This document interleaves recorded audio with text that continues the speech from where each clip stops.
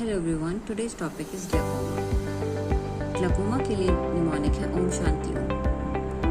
Open angle glaucoma, eyes एक angle पे bulge हो जाती है। मायासिस एक पैरासिटिक इन्फेक्शन या अदर इन्फेक्शंस के ड्यू टू भी ग्लाकोमा हमें देखने को मिल सकता है। Yes, glaucoma is steroid responsive. It usually happens in hypertension and diabetes mellitus patients. Argon laser trabeculoplasty and topical timolol are the most preferred common treatments for glaucoma.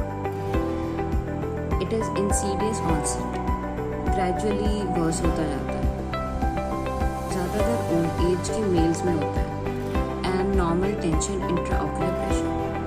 Optic nerve को damage करता है but eyes का intraocular pressure same रहता है, तो normal tension रहती है eyes में. So that's was glaucoma.